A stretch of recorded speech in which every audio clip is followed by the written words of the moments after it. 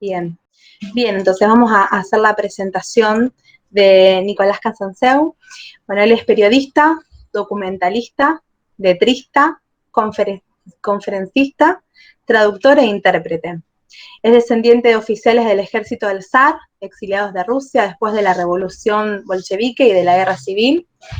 Nació en Salzburgo, Austria, en 1948 y fue llevado por sus padres a la Argentina a la edad de 5 meses. Estudió traductorado y sociología en la Universidad de Buenos Aires. Desde 1967 dirige en Nuestro País, periódico especializado en política e historia de Rusia. Además de ser el único corresponsal de guerra en cubrir toda la guerra y la gesta de Malvinas desde el archipiélago, y el único civil en disparar un cañón contra los británicos. Se desempeñó como enviado especial en los conflictos bélicos de Nicaragua, El Salvador, Guatemala, Irak y el Líbano. En 1972 publicó su primer artículo en el diario La Nación de Buenos Aires. Escribió también en Clarín, Ámbito Financiero y la revista 7 Días. Trabajó como reportero y conductor en los canales de TV7, 11 y 13 de la Argentina y las cadenas CNN, Telemundo, Univisión, NBC de los Estados Unidos. En 1991 fue nominado en los Estados Unidos al premio Emmy por su documental La Nueva Rusia.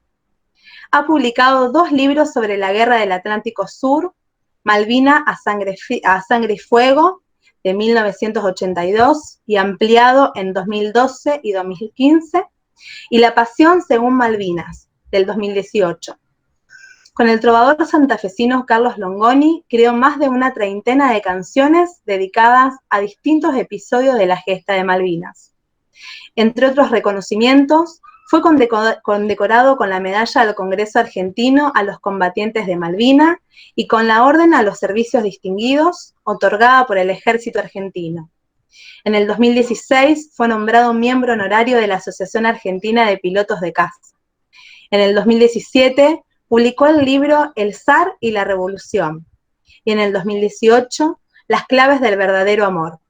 En la actualidad reside en la provincia de Santa Fe y colabora en el diario La Prensa. Para nosotros es un gusto y es un honor tenerlo acá presente entre nosotros y poder escuchar la charla que va a dar hoy en día, que es sobre las Malvinas, está en nuestro futuro. Bueno, sin más que decir, le dejo la palabra y le cedo la palabra a Nicolás, y bueno, estamos todos muy contentos de poder escucharlo. Nicolás, estás silenciado, si querés activar el micrófono. Ahí está.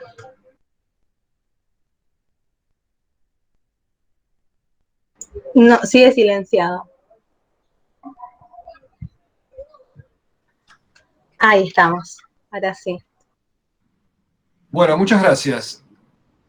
A mí a menudo me preguntan, ¿vos pensás que la Argentina va a poder recuperar las Malvinas? Y la verdad que estimo que podría, pero no estoy seguro. De lo que estoy seguro es que es al revés. Malvinas podría recuperar a la Argentina. ¿Qué significa eso? Los valores de Malvinas podrían recuperar a la Argentina, porque en Malvinas se dio una epopeya heroica, que por eso obviamente la ocultan, de tantos ejemplos de amor a la patria, de abnegación, de tantos ejemplos de esos valores eternos que no se pueden transmitir con discursos y solamente con el ejemplo, que si a la población le llegaran esos ejemplos, sería la palanca de Arquímedes para dar vuelta esta decadencia terrible que estamos viviendo. Porque, repito, sobre todo a los jóvenes, los valores no se les pueden inculcar con discursos, son refractarios a ellos, probablemente adopten una actitud contraria al discurso, de Contreras nomás. Solo se puede transmitir los valores de corazón a corazón, de generación en generación, con los ejemplos, con los arquetipos a imitar. Y tuvimos una cantidad de hechos heroicos increíbles, hasta asombrosamente numerosos, y los ocultan, y quizás por eso, obviamente por eso, la población argentina tiene la impresión de todo lo contrario, tiene una imagen gris y triste de la guerra de Malvinas, algo así como que nos llenaron la cara de dedos y bien merecido lo teníamos, ¿no? Y que fuimos armados con un palo de escoba y que nuestros soldados no estaban entrenados. Todas falacias, absolutas falacias, que se vienen machacando desde hace 38 años, cuando en realidad fue una gesta que con el curso del tiempo va a estar a la par del cruce de los Andes, sin ninguna duda. Piensen ustedes que la Argentina era militarmente una potencia de tercero o cuarto orden y se enfrentó con una gran potencia apoyada por una superpotencia, apoyada por la Comunidad Económica Europea, apoyada por distintos países de todos los continentes, incluidos unos cuantos de América Latina, y le peleó de igual a igual. Y estuvo a un tris de hacer retroceder esa flota británica de más de 100 buques. Todo esto se ignora en la Argentina y lamentablemente tenemos que enterarnos de lo que hicieron nuestros combatientes acudiendo a las fuentes inglesas, porque esto no lo digo yo, lo dicen los jefes militares ingleses. Todos ellos dicen que estuvieron a un tris de ser derrotados. El almirante Woodward, el jefe de la flota inglesa, llevaba un diario durante la guerra y el día 13 de junio describe la cantidad de buques que le hundió la aviación argentina, dice que también la flota no aguanta más, necesita mantenimiento porque el agua salada es muy desgastante, y escribe esta frase: si los argentinos pudieran soplarnos, nos caemos. 13 de junio, el día en que el general Menéndez se rinde sin haber dado nunca una orden de ataque ni de contraataque. Lo mismo dicen todos los jefes militares ingleses, inclusive los terrestres. Hay un documental de los británicos para los 30 años de la Guerra de Malvinas, donde los jefes terrestres ingleses dicen que esperaban con temor el contraataque argentino que nunca tuvo lugar. ¿Y por qué con temor? Porque ya no tenían municiones, no tenían pertrechos. ¿Y por qué no tenían pertrechos? Porque nuestros aviadores le habían hundido el gigantesco portacontenedor militar, el Atlantic Conveyor, que llevaba helicópteros y todos los pertrechos que ellos necesitaban. Entonces, ¿por qué se oculta a la población argentina desde hace 38 años, y no solo se oculta, sino que se cuenta una versión diametralmente opuesta a lo que sucedió? Bueno, porque hay muchas razones, por supuesto, no se puede simplificar que haya una sola. Está la razón, obviamente, del revanchismo contra las Fuerzas Armadas, que no hace distingos entre quienes actuaron con honor y quienes no. Malvinas no tuvo nada que ver con realmente el proceso, sino que éticamente fue de alguna manera el antiproceso. Pero se trata de meter todo en una misma bolsa porque además no quieren que tengamos Fuerza Armada. Si uno reivindica, aunque sea una fracción de la Fuerza Armada, la que peleó con honor en Malvinas, esto podría llegarle inclusive a llamar la atención a la población, que se podría preguntar: ¿y por qué hoy no tenemos Fuerzas Armadas? ¿Por qué no tenemos Fuerzas Armadas? Podría preguntarse el pueblo argentino, que esa es la realidad de hoy. Y eso no se quiere seguir manteniendo desarmada a la República Argentina. Hubo muchos factores por los cuales se escamotearon nuestros héroes, la verdadera historia. Empezó el día siguiente de la caída de Puerto Argentino el fenómeno llamado desmalvinización. Lo empezaron los propios militares, es una forma de censura, es ocultar los hechos heroicos, permitir contar nada más que las miserias. En realidad, el gobierno del proceso, en la persona del nuevo hombre fuerte cuando voltearon a Galtieri, el general Nicolaides, había dado la orden: Malvinas no existió. Hubo una convergencia perversa de dos ocultamientos. Los militares del proceso quisieron tapar las miserias que hubo en la guerra, y después los gobiernos civiles, sobre todo Alfonsín, quisieron tapar las grandezas, o sea, los actos heroicos. Y en esa convergencia de dos ocultamientos, bueno, la población argentina hasta el día de hoy no tiene idea de lo que realmente pasó. También hubo otros factores, por supuesto, ¿no? Muy humanos y muy terribles, como la envidia. Hubo una gran envidia de los militares, los propios militares que no fueron a Malvinas, hacia los que fueron. Se podría decir que hubo, el que no fue envidiaba al que fue, el que fue y arrugó envidiaba al que fue y no arrugó, y el que fue y no arrugó envidiaba al que fue y no arrugó y se hizo un poquito más conocido o recibió alguna condecoración más alta. Y cuando volvieron nuestros combatientes, en los mismos cuarteles se los ninguneaba, se los maltrataba, trataban de cortarles el ascenso. Una cosa increíble, pero bueno, fue uno de esos factores que dificultó que se conocieran los verdaderos héroes. ¿Y por qué, insisto, por qué se ha tapado esto? Porque evidentemente a los políticos argentinos no les interesa que la población tenga esos arquetipos, porque el ejemplo del héroe es como una levadura que actúa siempre, y ese ejemplo eleva a la población. El héroe pone la vara tan alta que la población, al conocer esos hechos, sobre todo los jóvenes que todavía no están contaminados con el cinismo, tienden a alcanzar esa vara, y ahí se eleva toda la población. Y una población elevada es mucho más difícil de manipularla, de expoliarla, de saquearla, de engañarla, de llevarla de los narices. Entonces, evidentemente, no les conviene a los políticos que tengamos esos arquetipos. Hechos heroicos que además, en mucha cantidad de veces, tienen como fondo el amor.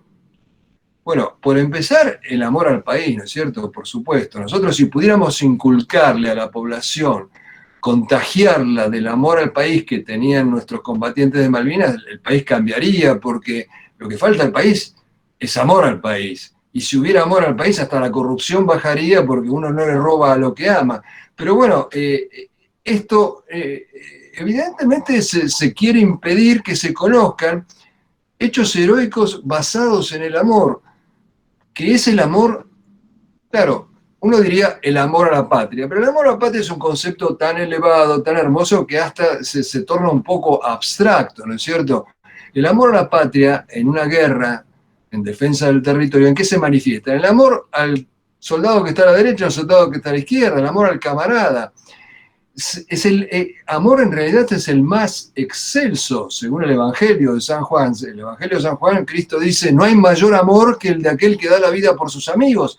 Y nuestros soldados daban la vida por sus amigos todos los días. Hay montones de estas historias conmovedoras y se ignoran, se ocultan.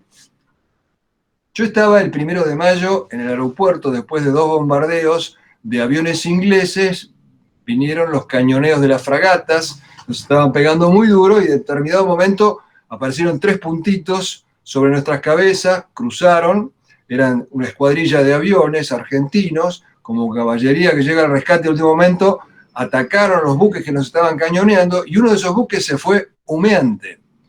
Después de la guerra le pregunté al jefe de esa escuadrilla, Norberto Di Meglio, le dije, decime, ¿qué te motivaba? ¿Qué sentías? ¿Por qué lo hiciste? ¿Cómo lo hiciste? Y me dijo, no lo hice por la patria, no lo hice por el honor, no lo hice por la gloria, lo hice porque 2 semanas antes había estado en Malvinas y había visto a mis camaradas cavando trincheras y no los iba a dejar solos. Lo hizo por amor. Estas historias son las que tiene que conocer el pueblo argentino y entonces podemos llegar a rebotar del 5.º subsuelo en que nos encontramos moralmente, y bueno, y después cuando rebotemos moralmente también rebotaremos económica y políticamente, pero acá la cuestión es moral. Las historias, por ejemplo, del hundimiento de Belgrano, que se desconocen, son épicas. Cuando el Belgrano es hundido, no se sabía dónde estaban los náufragos. Cada minuto contaba porque se seguirían ahogando o muriéndose de hipotermia. Y sale un avión muy viejo de la Armada, un Neptune, tan viejo que durante la misma guerra de Malvinas tuvieron que sacarlo de circulación, y vuela y no encuentra las balsas, y llega a lo que los pilotos en su jerga llaman el punto de lotería, o sea que de ahí se tienen que volver al continente porque si no, no les va a alcanzar el combustible y se van a caer al mar. Y el comandante Pérez Roca les dice, ¿qué hacemos a los tripulantes? Y los 10 dicen, seguimos buscando. Y vuelan media hora más y avistan las balsas. Y salvan 750 vidas. Y no solo eso, habiendo encontrado las balsas y ya prácticamente sin combustible, se quedan orbitando sobre las balsas esperando que llegue el primer buque argentino, porque el buque argentino, como las balsas no tenían ningún tipo de sonar, ni maneras de alertar de dónde estaban, y había neblina, el buque argentino podría demorar mucho en encontrarlos o no encontrarlos, se quedan orbitando y además dándole ánimo a los náufragos, y se van cuando llega el buque. Y llegan al continente, como decían los pilotos, no con la última gota de combustible, con el olor a combustible. Se podían haber caído perfectamente en el mar. Lo hicieron por amor. Las historias de amor al prójimo, yo creo que conforman en esos actos de heroísmo que reconocen los propios ingleses y que ocultan nuestros compatriotas, configuran una suerte de épica nacional que yo me animo a ponerla en un mismo plano con las épicas nacionales de otros países y de otros tiempos. Todos los países que sobreviven necesitan esas épicas nacionales porque son lo que cohesiona a un país, son lo que le permite no desmoronarse, no desarticularse. Y así como existía la Ilíada o la Eneida para los romanos o la Luisiada para los portugueses, bueno, nosotros tenemos la Malviniada y no sabemos que la tenemos y no la aprovechamos y no tenemos sus efectos beneficiosos. Yo conocí un piloto, por ejemplo, de Pucará, en Malvinas, que le decían el Sombra, un joven teniente, Miguel Ángel Jiménez, que cada vez que había una misión le decía a su jefe: no mandes a fulano que está casado, mándame a mí que soy soltero. No mandes a sutano que tiene hijos, mándame a mí que yo no tengo hijos.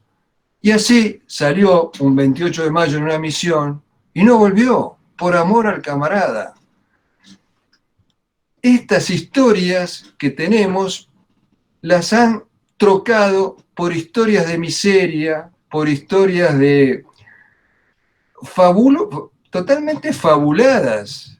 Yo he ido a programas de televisión donde un periodista bastante conocido me dice: pero nosotros estábamos armados con un cuchillo mientras que ellos estaban armados con Exocet. No, Exocet teníamos nosotros. Nos han vendido que no teníamos nada, ni armamento, ni entrenamiento. Y esto es falso. Había armamento obsoleto, pero con ese armamento obsoleto, por ejemplo, con los aviones A4, que eran modelo 50, nuestros pilotos diezmaron a una flota modelo 80. O sea, 30 años de diferencia en tecnología. Fueron suplidos con coraje y con pericia. O sea, si tuvimos armamento obsoleto, es para aplaudir el doble.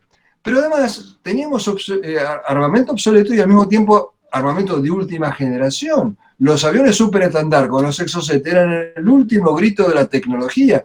Y si nos hubieran entregado los 15 que nos habían vendido, los franceses retuvieron 10, no quedaba nada de la flota inglesa.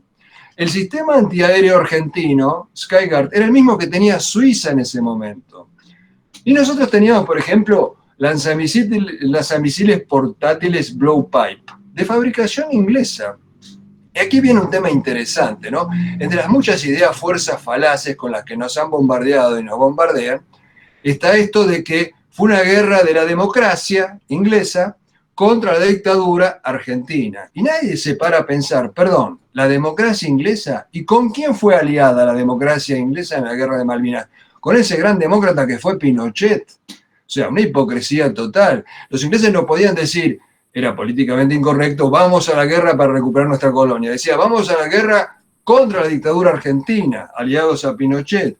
¿Y por qué nosotros teníamos lanzamisiles portátiles Blowpipe, con los cuales, dicho sea de paso, nuestros comandos derribaron un avión inglés? Porque se lo había vendido la democrática Gran Bretaña al democrático general Videla. Hipocresía.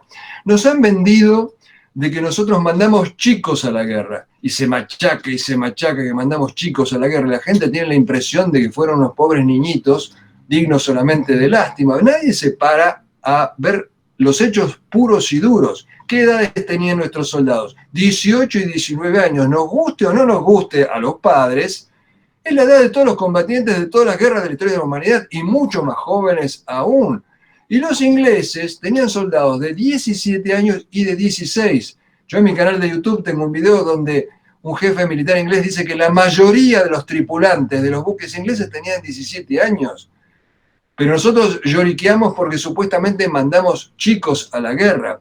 ¿Qué se pretendía? ¿Que mandaran gente de 50 años que no puede ni correr el colectivo?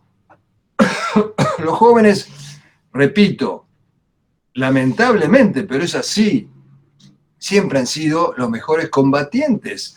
¿Por qué? Porque tienen la resistencia física que no tenemos los adultos, porque se sienten inmortales, y si no, fíjense cómo manejan sus motocicletas o cómo experimentan con drogas peligrosas, y además como su personalidad todavía no ha fraguado del todo, obedecen con más facilidad las órdenes, cosa importante en la disciplina de cualquier ejército. Y hoy, después de años y años de gobiernos antimilitares, ¿cuál es la condición para ser militar en la Argentina? Tener 18 años. La aviación israelí hoy, que es considerada una de las mejores del planeta, ¿cuál es la edad promedio de sus pilotos? 19 años, porque los jóvenes son los mejores combatientes. Y además, con este ninguneo de nuestros jóvenes soldados, llamándolos chicos de la guerra, se pierde de vista el heroísmo de muchos de esos soldados. Por ejemplo, nadie sabe a gran escala en el país que el más alto jefe militar inglés caído en la guerra de Malvinas, nada menos que el jefe de los paracaidistas ingleses, fue abatido por un soldado de 18 años, Oscar Ledesma, de la Carlota, Córdoba, en un combate leal frente a frente. Y además, en el caso de Ledesma, se cae también otro mito de que nuestros soldados no estaban entrenados, no tenían preparación.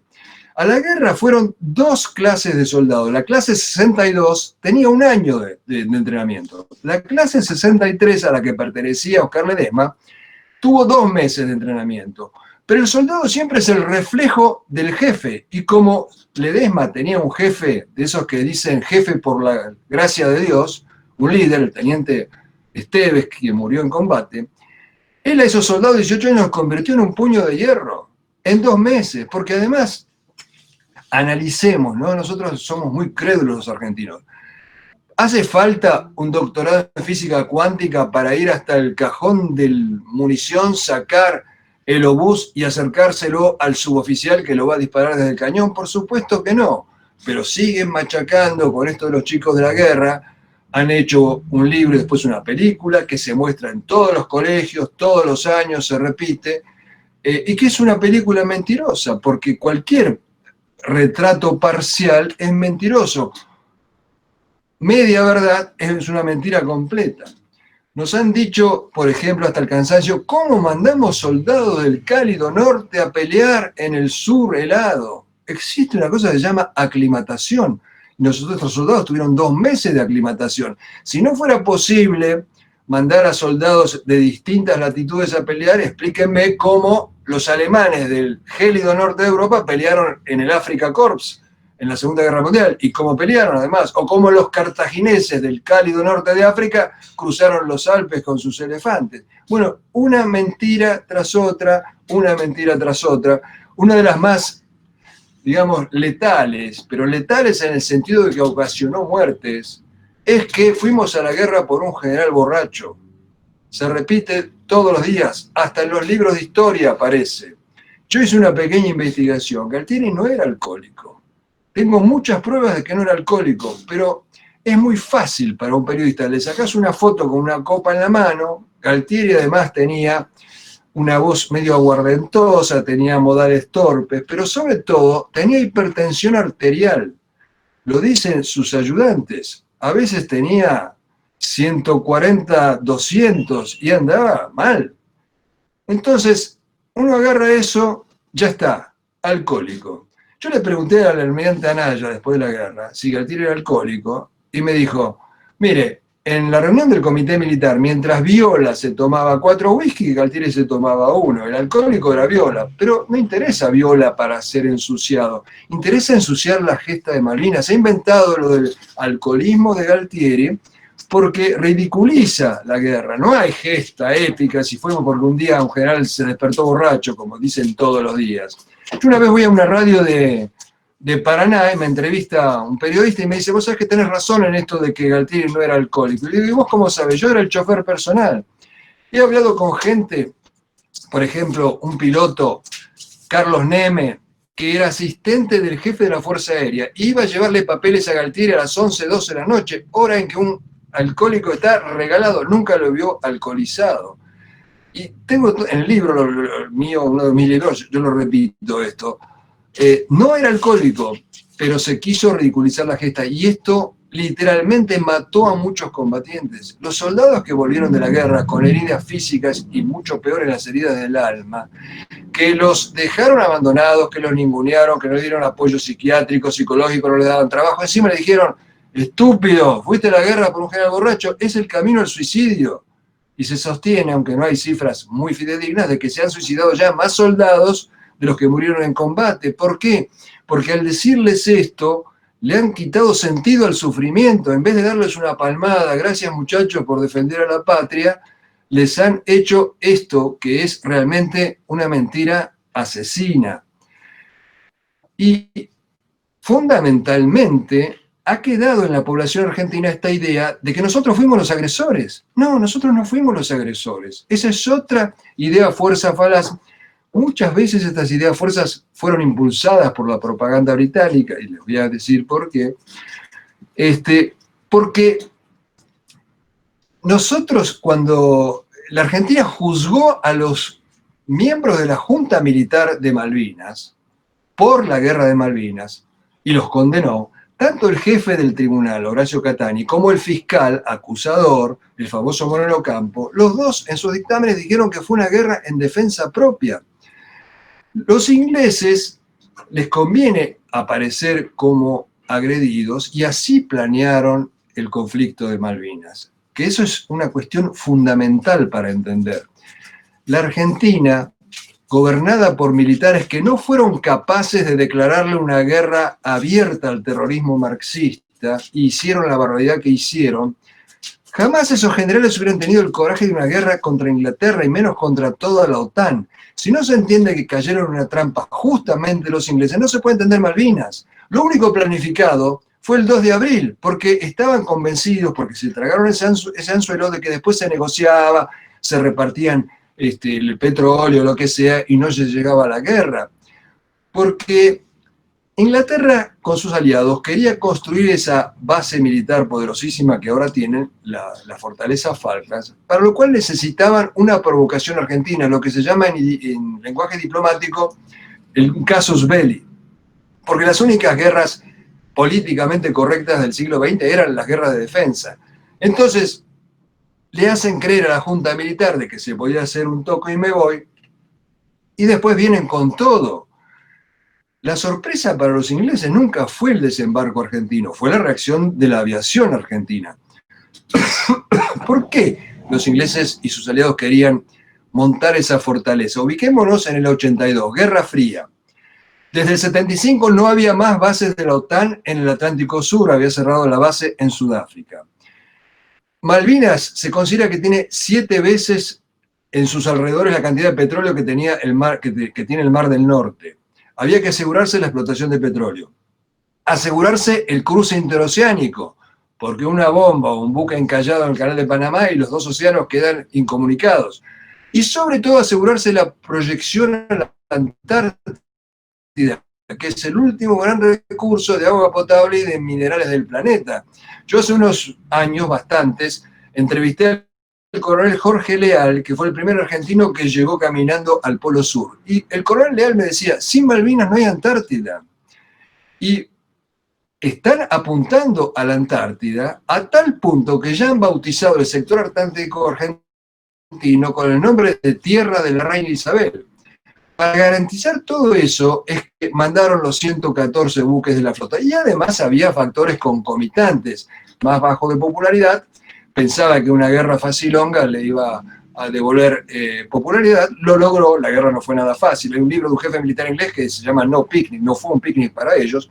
Y además el almirantajo inglés, que había tenido tanto poder económico, político, obviamente militar durante siglos, veía que iba a desaparecer ese poder porque la nueva doctrina militar decía que los buques grandes no son necesarios, solamente submarinos y lanchas rápidas, y habían empezado a desguazar a la flota inglesa, habían puesto en venta los portaaviones que después mandaron a Malvinas. Entonces, ¿qué mejor que una guerra a 14.000 kilómetros de distancia para demostrar que los buques grandes son necesarios?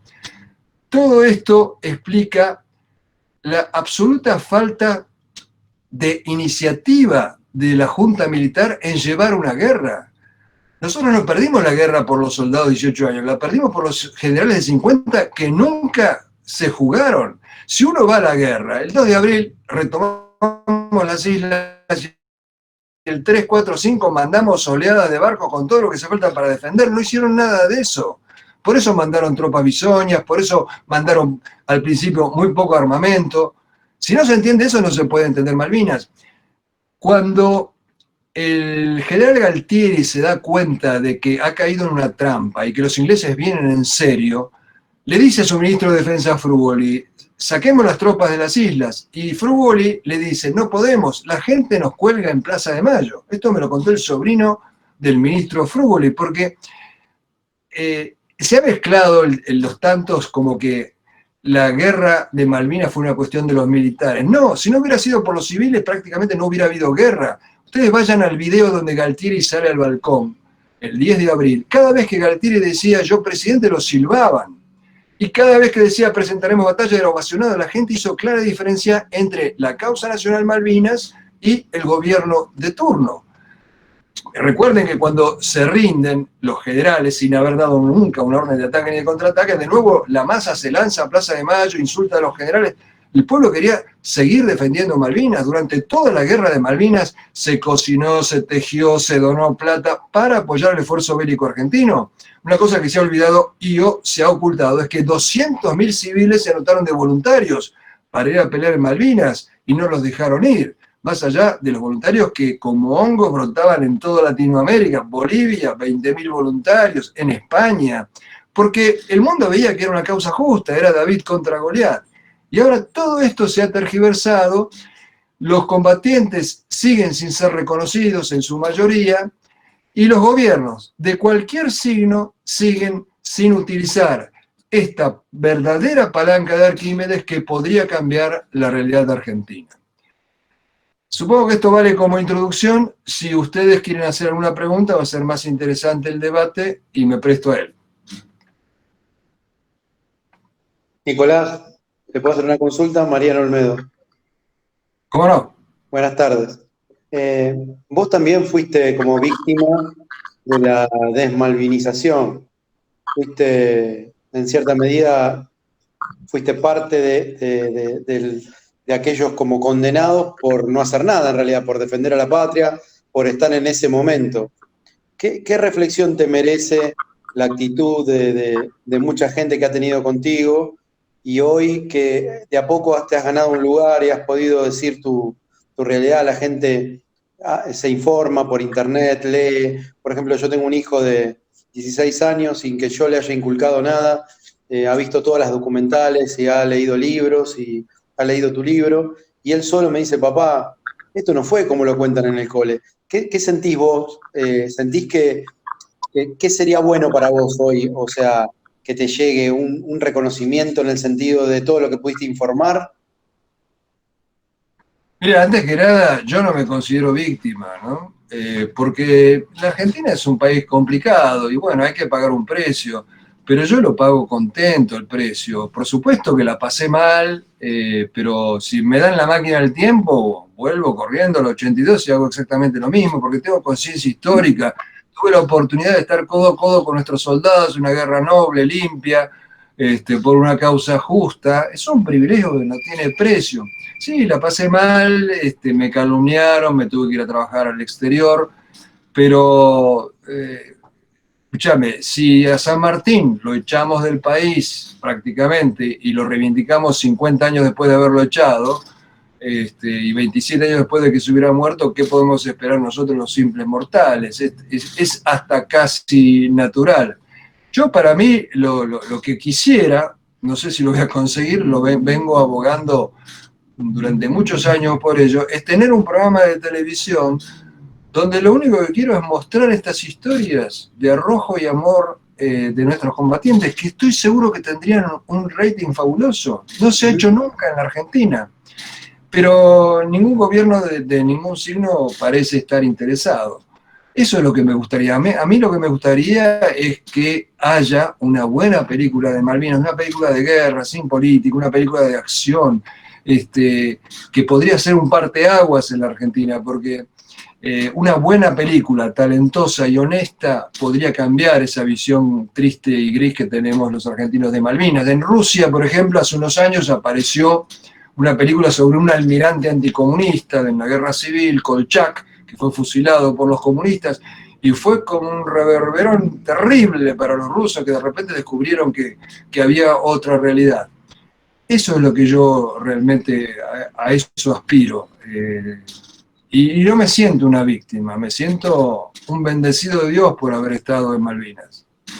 Bueno, muchas gracias. No me refería a vos, la víctima, sino víctima de la desmalvinización, no vos una víctima. Perdón si me expresé mal. No, está bien, yo entiendo, sí. Daño Sí, bueno, colateral. la desmalvinización son víctimas los argentinos. Yo lo digo, los políticos nos robaron mucho dinero, pero peor aún, nos robaron la historia. Ese es el peor robo que hubo en contra del pueblo argentino. Gracias.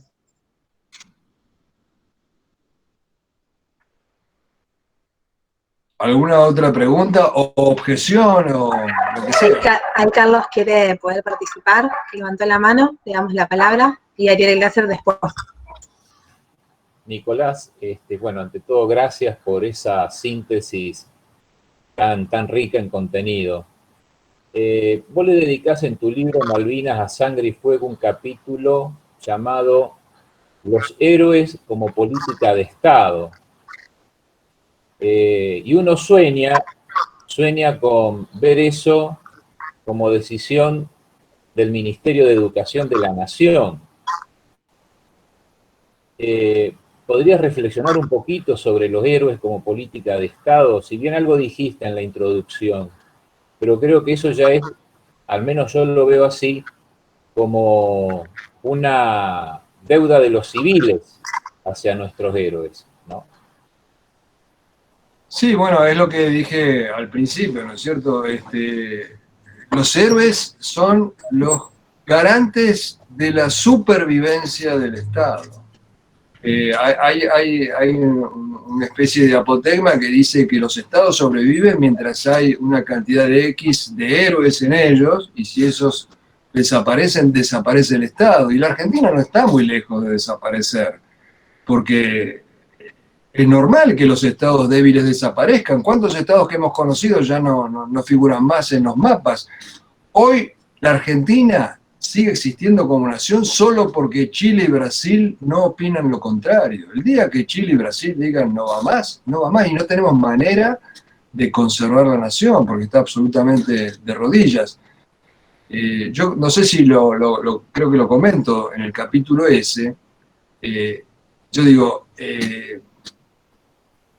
cuando llega el aniversario del famoso 9/11 de las Torres Gemelas en Estados Unidos, ¿qué hacen los presidentes de Estados Unidos, que son los hombres más ocupados del planeta? Dejan todo de lado y se reúnen con los bomberos, con los héroes que lucharon contra el fuego. ¿Por qué? Porque hay que darle ejemplo a la población. Cuando el presidente de la nación norteamericana da un discurso, el discurso creo que se llama de la Unión, que se reúnen las dos cámaras, uno por año da, tiene a su lado a gente condecorada que le falta un brazo, una pierna, no como nosotros que alguna presidenta ha llevado a Moria Kazan a ponerse al lado de ella, ¿no es cierto? ¿Por qué? Porque tiene que dar ese ejemplo. Porque es la garantía de la supervivencia de la nación, es la garantía de que va a haber otros que inspirados en esos héroes la van a defender. En Estados Unidos, porque nosotros copiamos lo malo de Estados Unidos, nunca lo bueno. En Estados Unidos, cuando hay un héroe condecorado con la máxima condecoración al valor en combate, lo primero que hacen es sacarlo del frente. Ese hombre no debe morir, ese hombre debe seguir como ejemplo, vivo. Si quiere puede seguir en la milicia, pero nunca más arriesgarse en el frente de combate. Automáticamente, se quede o se vaya, le dan $1.000 extra de jubilación de por vida. Tiene acceso a las proveedurías gratis.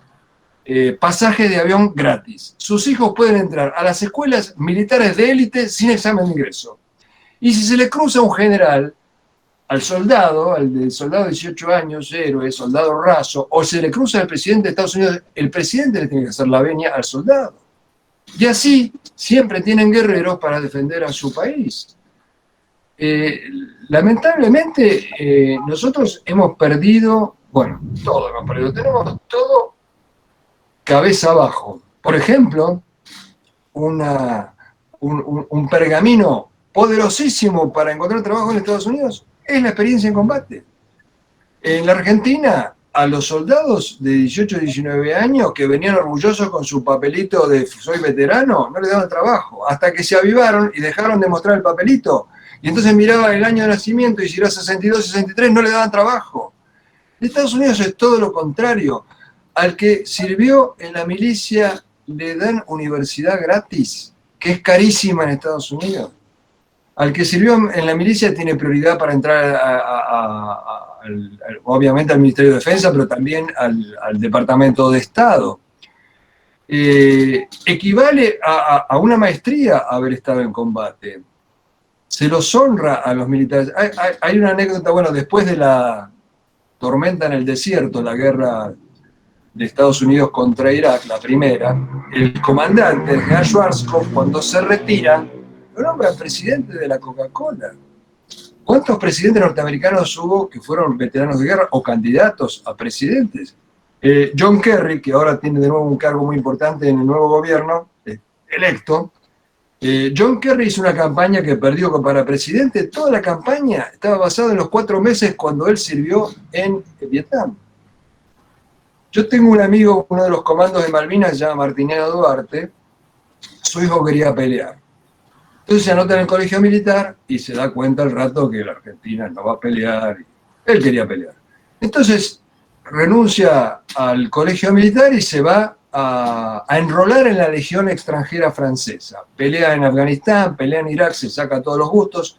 Cuando termina su contrato, porque es por contrato en la Legión, se retira y lo nombran automáticamente en un puesto gerencial en Total, la petrolera francesa. Única experiencia, experiencia de combate. Todo lo contrario de lo que pasa en nuestro país. Bueno, el día que seamos conscientes de que estamos haciendo todas las cosas al revés, tendremos a los héroes como política de Estado.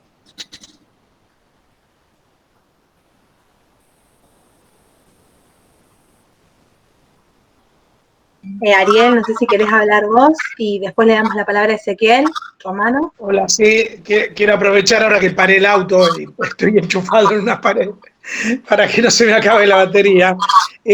Lo mío es más una cuestión, las preguntas más me sorprendiste cuando dijiste que había más de un exoser, porque siempre nos llegó eso de que hubo uno solo, de que se armó una plataforma, de que pusieron una parrilla del asado arriba como para que el radar pudiera captar el buque y ese exoser se tiró. Esa es una de las preguntas técnicas.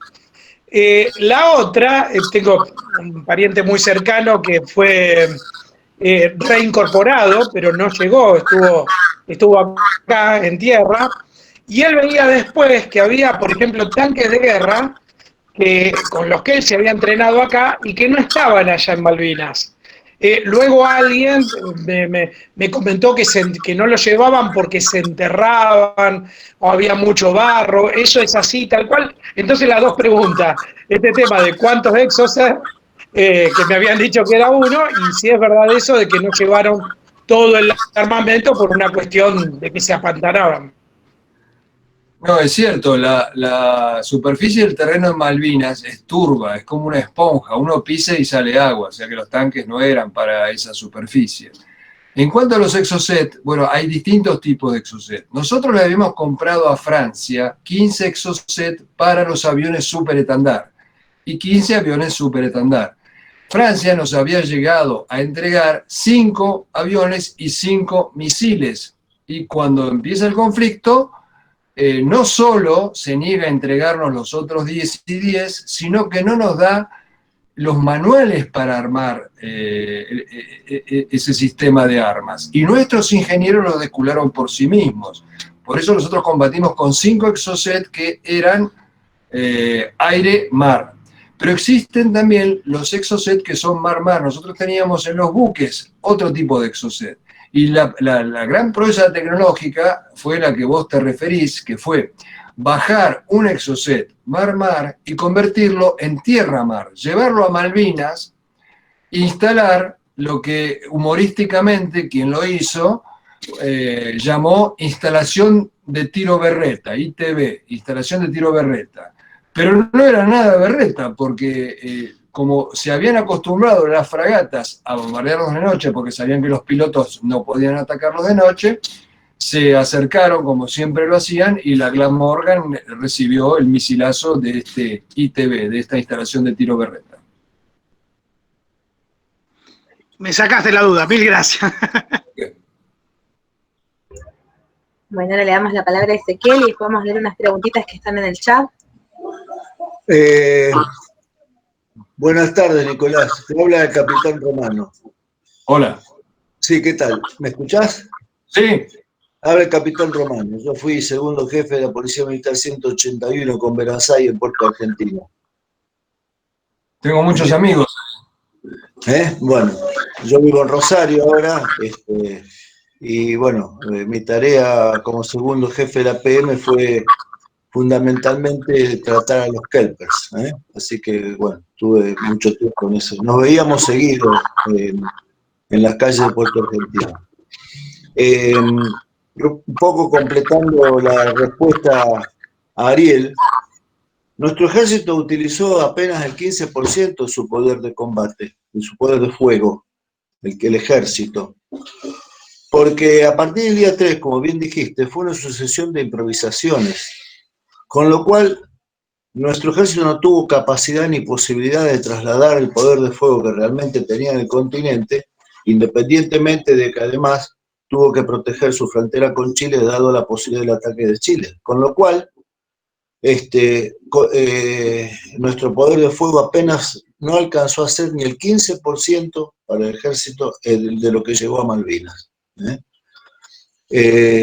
Yo, el último día de combate, el 14 de junio, tuve que estar en una posición de defensa en el borde de la isla, del pueblo, en el límite del pueblo. Los tanques ingleses llegaron a 100 metros de mi posición, cuando se ordenó el alto el fuego. Con lo cual, quiero decir que no sé si los tanques que teníamos nosotros estaban en capacidad, pero la principal causa fue que no tuvimos, dada la improvisación que se vivió, la capacidad de trasladarlos, la posibilidad de trasladarlos. Y completando tu idea, coincido plenamente con todo lo que dijiste, absoluta y totalmente.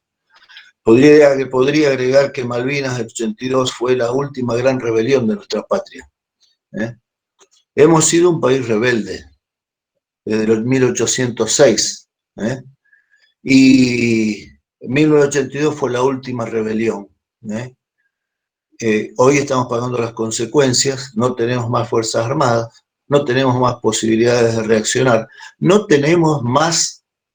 somos más país soberano, esa es la realidad. No sé qué te parece y qué opinás. Nicolás, tenés que encender el micrófono porque yo silencié porque si no se escuchaba como un ruido de fondo, un eco. Ahí sí, puedes activar el micrófono, te lo voy a agradecer. No se escucha, a ver si se activa. No, está muteado. Ahí está, ahora sí, ahora se escucha. Ahora se escucha, Nicolás. Bueno. Gracias. No, estoy de acuerdo. Yo lo he dicho, nos hemos olvidado, entre otras cosas, la famosa máxima que decía: el pueblo que no quiere mantener su propio ejército termina manteniendo un ejército extranjero. Hacia eso vamos. Bueno, los antiguos romanos decían: si vis pacem para bellum, ¿no? Si querés la paz, prepárate para la guerra. El ejército fundamentalmente no es para ir a la guerra, es para no ir a la guerra, es para decirle: mirá lo que tengo atrás, no te metas conmigo, no tenemos nada atrás. Así que sí, vamos a la disolución si no reaccionamos rápido. Cuando terminen en el resto del planeta el agua, el petróleo, el territorio, los alimentos que están escaseando, van a venir a tomarlos de acá y no va a haber ese poder de disuasión. Es urgente que reaccione el pueblo argentino y se pregunte por qué no tenemos Fuerzas Armadas. Víctor Rodríguez quería intervenir. Le damos la palabra.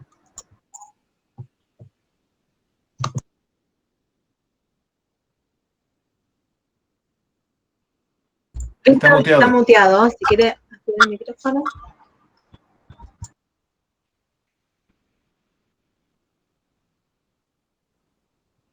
Buenas tardes, Nicolás, el Chuli por acá. Un gusto escucharte. Chuli, querido, ¿cómo te va? Hola, querido, ¿cómo estás? Realmente bien. No, quería, brillante la exposición, ratificar lo que acabas de decir. Para quienes hemos entrado en combate, sentimos un orgullo muy importante, muy grande, y sentimos por toda la clase política, aún de todos los partidos políticos, un desprecio total y absoluto. Lo sentimos como algo absolutamente extraño, no sentimos que ellos estén a la altura nuestra, nosotros estuvimos dispuestos a dar la vida, hemos dado el combate en el medio de los ingleses, cara a cara, pecho a pecho, fuerza, lo has descrito claramente, te felicito, porque alcanzás a ver cuál es el espíritu nuestro. Un gran desprecio por toda la clase política, pero no nos sentimos inocentes, no queremos lástima, no nos sentimos víctimas, estamos muy orgullosos de lo que hemos hecho. Vos lo has determinado claramente, te mando un gran abrazo, sabés que te quiero mucho y respeto mucho. Un abrazo, Nicolás. Y yo a vos, Chuli, te admiro. Un abrazo. Después Lorenzo Miranda nos pregunta por el chat si nos puede hablar sobre lo que es la aviación de la Fuerza Aérea y sobre todo la anécdota del señor Kripa de la aviación naval. Bueno, tendríamos que quedarnos no horas, días para hablar de todo lo que hicieron nuestros pilotos, ¿no? Que como digo, fue la gran sorpresa para los ingleses, no el 2 de abril. Cuando va a empezar la guerra, viene un experto de la Marina a explicarle a los pilotos de la Fuerza Aérea que prácticamente son inexpugnables esas fragatas misilísticas modernas. Dice, no sé, traten de atacar en masa, 10 aviones contra un buque, 9 serán derribados, quizás el 10º pueda hundir una fragata. Por suerte nuestros pilotos no le hicieron caso y atacaron a los Güemes, apareciendo de improviso, golpeando y desapareciendo. Y así fue como diezmaron la flota. En el libro de Woodward, en varias ocasiones, él dice que en una oportunidad, él dice, si me preguntan quién está ganando, no somos nosotros, lo dice el jefe de la flota inglesa. Los pilotos tenían que atacar a una fragata muy superior tecnológicamente y para llegar a ella tenían que recorrer un trecho muy largo a ras del agua para no entrar en el lóbulo del radar de los ingleses. Es peligrosísimo a esa velocidad de casi 1000 kilómetros por hora volar a ras del agua. Tenían que atravesar ese erizo defensivo de los ingleses y ponerle la bomba en el puente, no como los Exocet que eran lanzados a 40 kilómetros de distancia, sino ponerle la bomba en el puente y después hacer el escape. O sea, proezas realmente extraordinarias que los ingleses, el mundo entero en ese momento celebró con la boca abierta. Y caminan entre nosotros estos equivalentes de los generales de San Martín y de Belgrano y nadie los conoce. Pero además lo difícil por ahí para entender es que se peleaban estos pilotos por salir en misiones de las cuales probablemente no volverían. El 12 de junio, los pilotos de la Fuerza Aérea tenían tantas a la mañana y tantas a la tarde. Y el 12 de junio llega una orden 12:15. Y la escuadrilla de la mañana dice, me toca a mí. Y el de la tarde dice, no, me toca ya a mí. Y discuten por ver quién sale. Y de la escuadrilla que salió de 4 aviones, solamente uno volvió. Se peleaban por salir en esas misiones de las cuales probablemente no volverían. El coraje que demostraron fue tal que el mundo se decía, bueno, estos son suicidas, son kamikazes, se drogan. Yo una vez le dije a Pablo Carballo, uno de los haces de nuestra aviación, le digo, Pablo, dicen que ustedes se drogaban, y sacó así con vehemencia el rosario del cuerpo y decía, sí, esta era nuestra droga. Porque los pilotos de la Fuerza Aérea habían sido fogueados y formados en esos valores de patriotismo y de religiosidad que, entre otros maestros, se había infundido un gran maestro, un filósofo católico argentino, Jordán Bruno Yenta, asesinado por la guerrilla marxista en el 74. Y por eso, como creían en la vida eterna e iban preparados para estar en gracia de Dios, no había nada más peligroso que un piloto argentino recién confesado. Y en la historia de Kripa, bueno, en la Marina también el heroísmo era increíble. Kripa también es creyente. Kripa me decía a mí, yo siempre sentí la mano de Dios en mi hombro. Kripa sale a hacer una misión de reconocimiento que no debería haber hecho porque por doctrina tienen que salir 2 aviones, pero como se había pinchado el otro avión, él sale solo. Su misión era ver si los ingleses habían llegado al estrecho de San Carlos y si veía un helicóptero, abatirlo. Él sale al estrecho de San Carlos, ve un helicóptero, se apresta a tirarle y de repente ve abajo, yo digo toda la flota inglesa, no era toda, porque toda la flota inglesa eran 114 buques, pero bueno, 14 buques ingleses. Inmediatamente, en vez de tirarle al helicóptero, va hacia la fragata que tiene más cerca, la Argonaut, le dispara sus cohetes y sus cañones en un avión de entrenamiento, un avioncito, era un avión de entrenamiento, le descarga, le causa daños y para escapar sale zigzagueando entre los buques de la flota para que no le pudieran tirar porque se tirarían entre ellos.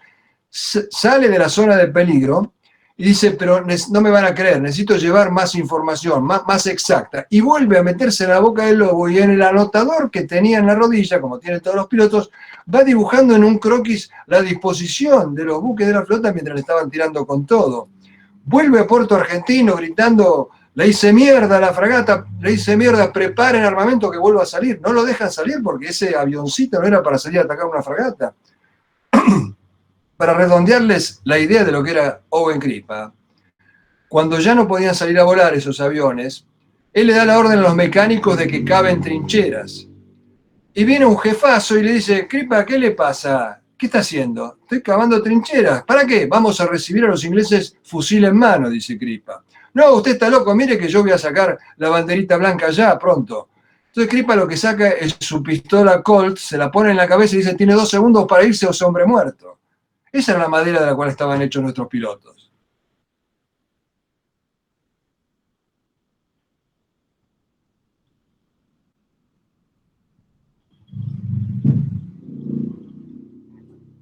Si hay alguien más que tenga alguna pregunta o que quiera aportar algo, es muy interesante todos los relatos que nos va contando Nicolás.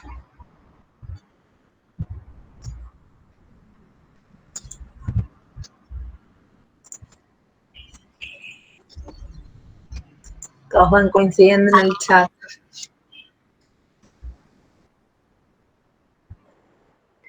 Sí, una pregunta, si me permiten. Héctor Álvarez, ¿tuviste contacto con Gómez Centurión durante el periodo de Malvinas en las islas? Yo no tuve contacto que yo sepa, porque me pasó lo siguiente, yo estuve en Darwin un par de veces, anduve un poco con la gente de Darwin, yo estaba basado en Puerto Argentino, y yo sacaba fotos, pero después esas fotos todas me las hizo desaparecer el servicio de inteligencia, así que no estoy seguro y probablemente no me haya cruzado en Darwin. Lo que sí, conservé durante mucho tiempo un papelito con el teléfono de Gómez Centurión, porque generalmente yo los combatientes que yo entrevistaba me daban sus papelitos con los teléfonos y yo o hacía llamar a mi familia o hacía llamar a la producción para que dijera que los vieron y que estaban bien. Pero ese papelito seguramente, lo más probable es que no me lo dio Gómez Centurión, sino que me lo ha dado alguno de sus camaradas. Así que en ese momento es muy difícil que me haya cruzado con él. Por supuesto, sí, después me enteré de su actuación en combate. Sí, bueno, fueron 10.000 hombres, ¿no? Bastante hiciste en todo ese tiempo. No, ahora, además, muchas gracias por tanta anécdota, por tanta ilustración, por tanta difusión. Hay que mantener vivo esta gesta y hay que recuperar la épica de Malvinas. Reformulada, replanteada, lanzada a otros objetivos, pero hay que encender en todos los argentinos una nueva épica, porque este es un desafío muy grande y te diría tan extremo como el que supieron afrontar pilotos y gente de tierra y marinos en Malvinas. Esto viene por todo, eso no todos lo tienen asumido en su integridad, en lo que significa. Todo es todo. Y si vienen por todo y lo logran, a nosotros nos queda nada. Y lo vamos a lamentar. Sí, lo increíble es que siendo nosotros el pueblo jactancioso que somos, que nos mandamos la parte de todo, el dulce de leche, de la Viromevic, del fútbol, no nos jactemos de esta epopeya que hemos vivido y presenciado, y que los ingleses sean los que nos cuentan las historias de nuestros combatientes. Hay un video que yo tengo en mi canal de YouTube, donde un suboficial inglés cuenta que en la batalla de Montelong, donde él avanzaba con sus camaradas, cuando de repente detrás de una roca sale un soldado, dice, ¡hey, hombre! Y le empieza a disparar desde la cintura. Y cuenta este inglés que el soldado inglés de adelante cae muerto y al que le relata lo hieren. Después es un video, esto es un invento, es un video, lo cuenta el protagonista. Dice que para sacar a ese soldado argentino detrás de esa roca que seguía tirándoles, le tuvieron que tirar con un misil antitanque. Los ingleses te cuentan, por ejemplo, que los pilotos argentinos se acercaban para bombardearlo y de repente los saludaban a los ingleses. Hay un relato de un periodista inglés que iba a bordo de una de las fragatas inglesas, Garrett Parry, que dice que los pilotos ingleses los estaban atacando a ellos con tanta gallardía que la tripulación estalló en aplausos. O sea, venían a matarlos a los ingleses no pudieron evitar celebrar el coraje y nosotros los ocultamos.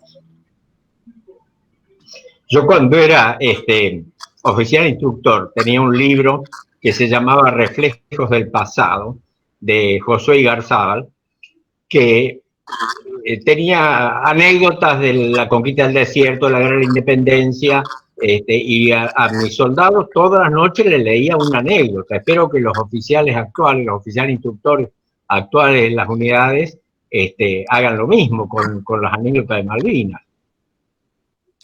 Dios quiera, pero no sé si eso pasa, ¿no? Porque realmente los altos mandos no han mostrado mucha decisión para malvinizar. No se puede generalizar una vez más, ¿no? Pero a mí me pasa, por ejemplo, que viene un oficial entusiasta y me dice, te quiero llevar al colegio militar. Le digo, bueno, sí, con mucho gusto. La cuestión es que consigas el permiso y el oficial desaparece. Me ha pasado con infinidad de lugares. En algunos regimientos sí me han invitado de repente. Pero, por ejemplo, me escribe un oficial entusiasta de un regimiento del norte y me dice, ¿qué condiciones para que venga a hablarle a la tropa? No, ninguna condición. El pasaje y algunas empanadas. No hay ningún problema. Y al rato me dice, mira, lamentablemente no hay fondos para que venga. Le digo, no hay problema, yo me pago el colectivo y las empanadas. Nunca más me llamó. O sea, evidentemente hay jefes timoratos de arriba que no quieren que esto se divulgue. Acá tenemos a Emanuel que nos está pidiendo si nos puede hablar de cuando creyeron que era un espía soviético. Bueno, sí, esa es esta anécdota. Una historia graciosa. Yo soy de origen ruso, hablo ruso sin acento, bien, y le hablaba a mi familia en ruso porque, bueno, no había privacidad ahí en Cables and Wireless, por donde habrá pasado Víctor. Y cuando vuelven los prisioneros de la guerra, me dicen que los comandos ingleses me estaban buscando. Y yo durante un tiempo me estuve devanando los sesos para qué me buscarían los comandos ingleses, porque yo me fui en el último vuelo con el último Hércules que salimos bajo fuego la noche del 13 al 14. Hasta que un oficial de inteligencia me explicó de que los ingleses escuchaban todas nuestras conversaciones de los buques. Y de repente, en este mar de fondo, que se hablaba mucho de la posible ayuda de la Unión Soviética a la Argentina, escuchan hablar a un ruso en perfecto idioma, como el único periodista y habla ruso sin acento, ese es el hombre de Moscú en Malvinas, habrán pensado. Y habrán pensado que cuando yo le decía, qué sé yo, por teléfono, cómo andan los chicos en el colegio, en clave significaba cuándo vienen los Mirage peruanos, vaya a saber lo que hubieran imaginado. Lo que yo sí imagino es la cantidad de trompeaduras que me hubieran dado los comandos ingleses si no me hubiera ido en ese último vuelo del Hércules, para que se crean de que yo no era el hombre de Moscú en Malvinas. Después tenemos acá la pregunta de Mauricio que nos dice que quería preguntarle si es cierto que los pilotos argentinos hundieron un buque inglés que tenía un armamento nuclear. Quería saber si ese rumor era cierto. No hay ninguna prueba de eso.